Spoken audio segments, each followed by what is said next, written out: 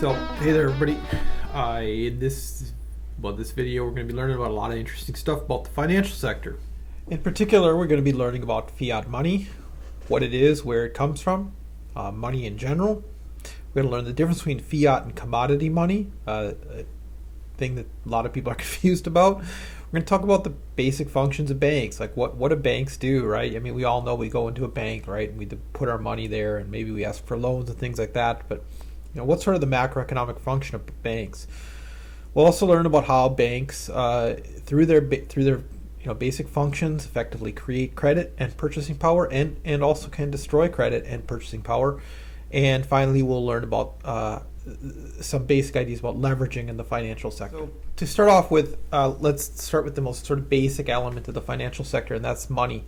Now, in this video, I'm going to be talking about the U.S. dollar, right? But for the most part, there's some differences here and there, right? So if you're living in a different country, right, you should really seek out some additional sources of information about how how it functions. But for most developed countries, the United States, Canada, Australia, Japan, to a certain extent China, certainly the Eurozone, essentially function the same way. All right. The key difference is how our central bank is organized here in the United States is just a little different than anywhere else. But, all right, generally speaking, most of the information about money is actually written on it, right? So it's not very mysterious. And so right below here, I have a U.S. dollar. Indeed, pretty much everything you need to know about it is written on it, right? It's not mysterious. Currency, money, is debt, right? Whose debt is it? It is the Federal Reserve's debt, right? So it's written right on the top there. Okay, so Federal Reserve note says this note, so right under the United says this note, there's an arrow pointing there, it says this note is legal tender for all debts, public and private, right? So this debt here from the Fed can be used by the holder to cancel other debts. So if I have a dollar bill, right, and I owe somebody some value, I can use the Fed's IOU, their debt, to cancel my debt, right? Just like if you can imagine, like if your friend owed you something and you had a note from them saying, well, I owe you, one lunch or something, and then, you went and somebody else did you a favor, maybe you could give them that note and then they would be cool with that, they'd be fine with that meeting that obligation. Some other things to note about the U.S. dollar, right? As I mentioned, it is debt issued by the Federal Reserve, which the Federal Reserve is the central bank of the United States. That will be the focus of our next video lecture. So we're only touching on it here, for a reason. But the Federal Reserve issues U.S. dollars on behalf of the U.S. Treasury, right? And the U.S. Treasury is a part of the federal government of the United States. The Federal Reserve is not. So you'll notice there in the lower right-hand area of the bill, we have the signature of the Secretary of the Treasury of the United States. So as I say, the dollars are just the debt of the Federal Reserve, right? So our money, right, and all money is an asset for the holder, right, of the money, right? It's the money in my wallet is my asset. But it's an obligation, a debt for somebody else. In this case, the Federal Reserve for the United States, and say if you're in Canada, the Canadian Central Bank. Indeed, reinforcing a lesson that we've talked about before, that all assets are somebody else's debt and all debt is somebody else's assets. Right. We often also think about assets as being sort of good and debt being sort of bad, but neither is necessarily the case. Both are sort of, whether they're good or bad, is hinged upon the underlying real assets, right? The actual stuff that they represent. Before we get into that too much, we want to make a distinction between what's called fiat money and commodity money, and this is a source of a great deal of misunderstanding amongst folks in general. Okay, the U.S. dollar is what's referred to as fiat. It is not a commodity money. That is also true for the Canadian dollar, the Australian dollar, the euro, the Japanese yen, the Chinese renminbi, Mexican peso, Philippine peso, you name it. Virtually every currency these days is fiat. Okay, and what that means is it's not its value is not tied to any specific commodity, like say gold or silver or anything else. And indeed, the U.S. dollar has not been a commodity money since 1933. So quite a long time indeed, nearly 100 years at this point. And that leads to a lot of sort of people speculating and saying things like, well, the only reason money has value is because we believe it to be so. Well, yeah, that's not really correct. Let's talk a little bit about what makes money valuable. Now, commodity money is currency that is tied to a specific commodity. In this case, below here, so this is an old U.S. dollar. Notice that there's a series of 1922.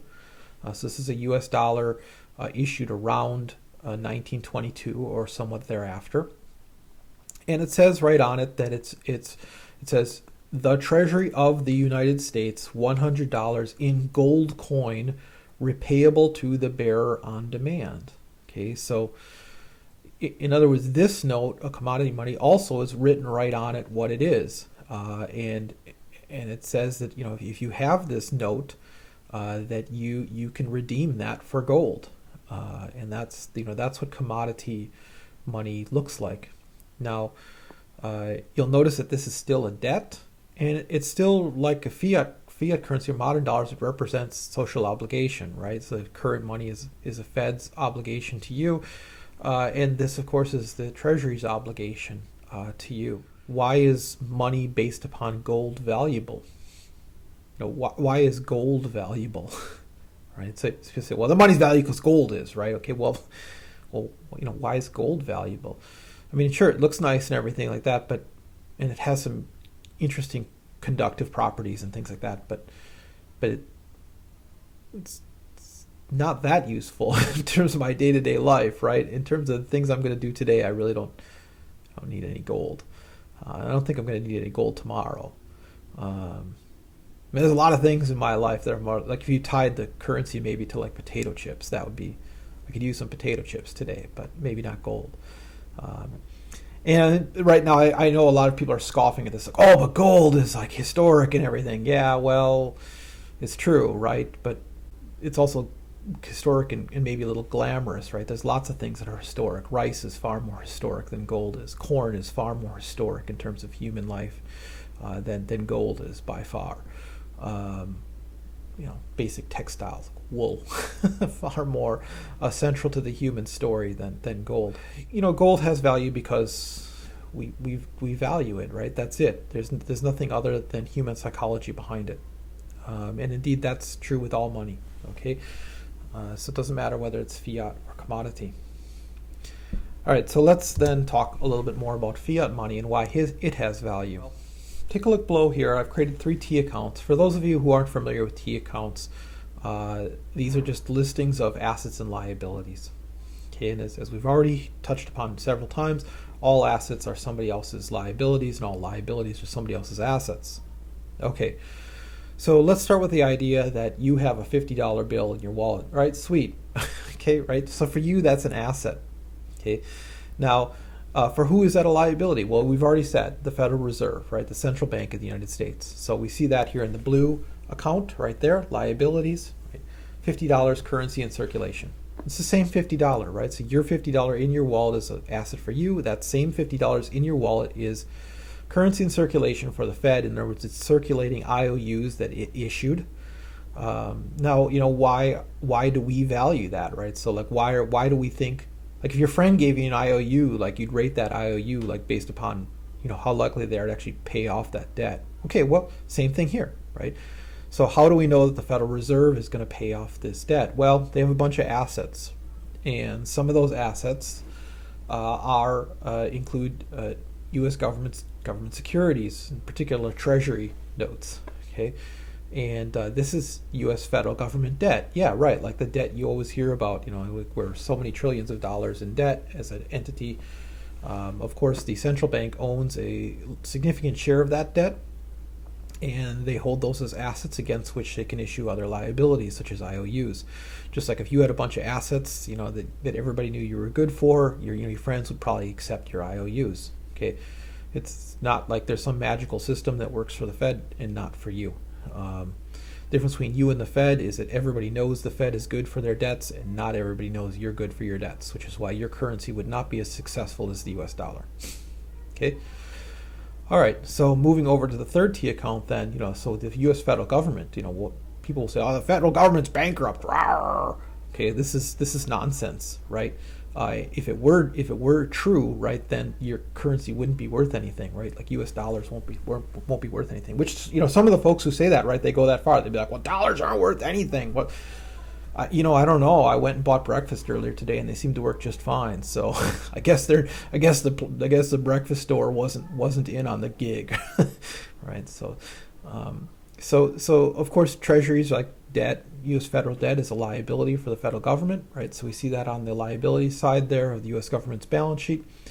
But why is the federal government good for its debt? Why does the whole economic system sort of think like, oh, they're fine for that debt? Well, it's because of expectations of receipts coming in. So in other words, come this next spring, you're going to pay your taxes. I'm going to pay my taxes. The federal government's going to receive those taxes, and they're going to hold them as assets. Okay, so it's not mysterious. So as long as you and I keep going to work, being productive and functional in society, as long as the government can receive taxes from us, the asset side of their balance sheet looks relatively strong, and so correspondingly the liability side of their balance sheet will also be fairly strong. Okay, now of course that finishes a circle, right? Because our tax obligations are our liabilities, right? Okay, all right. So what is it that makes U.S. dollars valuable? It's you and me, right? As long as we keep going to work, keep being productive, as long as the U.S. government remains functional, right, in this, that it can collect taxes and it can spend and sort of do all the normal things that governments can do, U.S. dollar will retain its value. If that no longer is the case relative to other countries, then the U.S. dollar will lose value relative to other currencies. And if other countries fall apart relative to the United States, then the U.S. dollar will become relatively strong compared to other currencies. Okay. So it's essentially the same thing that would make your IOU relatively strong or relatively weak. If you stop going to work, right, and you're kind of, didn't shave, right, and sort of wore your pajamas all the time, and then you started, trying to give out IOUs to your friends for like giving you other things, right? They're going to start being like, I don't know. I don't know if I want to hold this, right? But you get a new job, you get some good pay, right? Maybe you haven't got paid yet, but you're going to get paid next week. Your friends are going to accept your IOUs. Your currency is going to be relatively strong. It's the same for U.S. dollars. It's the same for Canadian dollars. It's the same for Japanese yen. Okay, it's not mysterious, and indeed it's well understood. Okay. All right, so let's shift gears then a little bit now that we know what fiat money is, what money is, and why it's valuable. Okay. And talk about banking. Okay, so the most basic function of banking, of the financial sector, is to fund profitable opportunities, activities, right? So what the financial sector's job is to do is to provide the nominal resources to fund profitable real activity. So if a bank thinks that you're going to, you got some good ideas, right? You're going to do some things, and man, everybody's going to like those things, and they're going to be willing to go to work and produce value and so on and so forth to buy those things. Not that they're going to fund that. They're going to give you a loan to do that.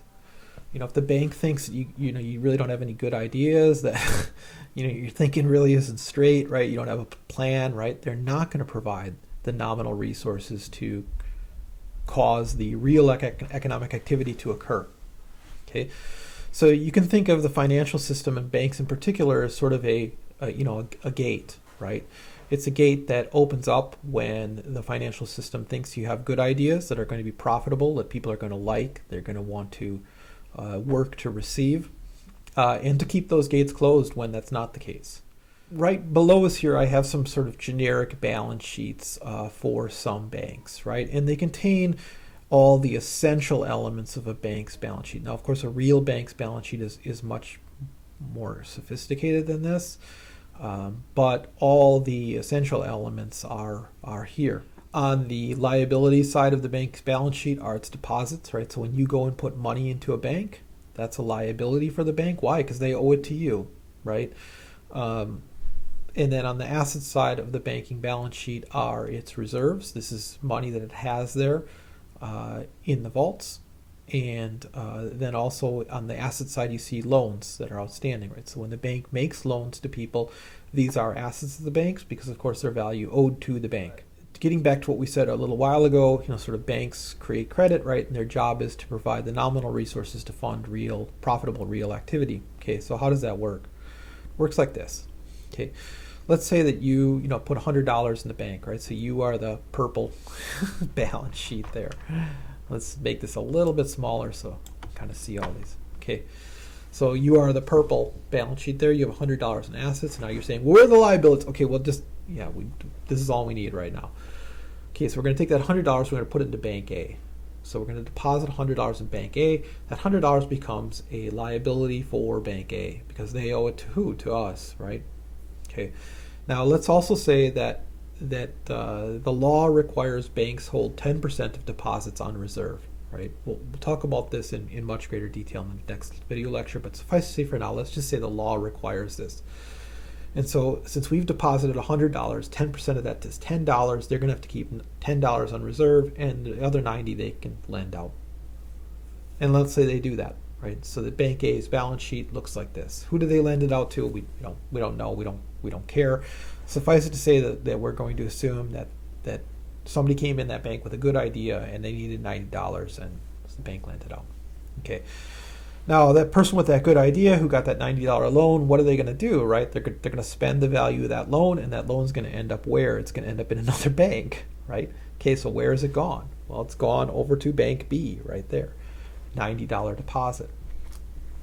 The law has the same requirement of Bank B as Bank A. They have to keep 10% on hand, it's $9 reserves. Bank B makes a $81 loan. Okay. Now, already we can see that something strange is going on here. If I walk into Bank A and I demand out $100, Bank A is going to give it to me. Okay. And if whoever deposited the $90 in Bank B goes into that bank and asks for $90, Bank B is going to give it to him. But wait a second, you say, that's $190 from my original $100 deposit. Yeah, that's right. This is leveraging. Okay. Financial system such as the United States is always leveraged. It is leveraged by its very nature. It's part of what is known as a fractional reserve system that we'll cover in more depth in the, again, next video. Hate to keep saying that, but there we are. Okay. And we can see that, where did the other $90 come from? Well, it came into existence the minute Bank A made that loan. Before Bank A made that loan, there was $100 of spending power, the value of my deposit. After they made that loan, there's $190 of spending power. Now, when Bank B makes the $81 loan, there's now $271 of spending power in the economy, and so on and so forth. Okay, so when banks issue credit, what are they doing? They're providing nominal liquidity to fund real economic activity from where? From nowhere. They're calling it into existence. Now, does this make them, evil or bad? No. This is their function. This is their function in society, is to provide the nominal resources necessary to fund profitable real economic activity. Now you can already see, look, well, I don't know, this seems shaky, I don't like it, I don't sketchy, right? Okay, and this is where a lot of people sort of freak out and they go, let's just all do gold or whatever, and here's the thing, okay?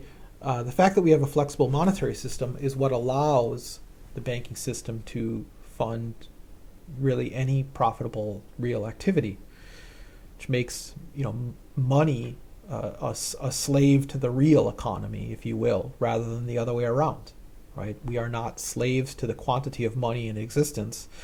Rather, the quantity of money in existence is there to fund profitable real economic activity, which is, I think, as most people would agree, is probably how it should be. Okay, and so that's what we see here, right? So when going back to what we said before, what's the sort of function of a bank? Function of a bank is to provide the nominal resources necessary to fund profitable real economic activity. Okay, so they can do that by creating credit. From where? From existing deposits. And indeed, they're not even as limited as all that, as again we'll see in the next video.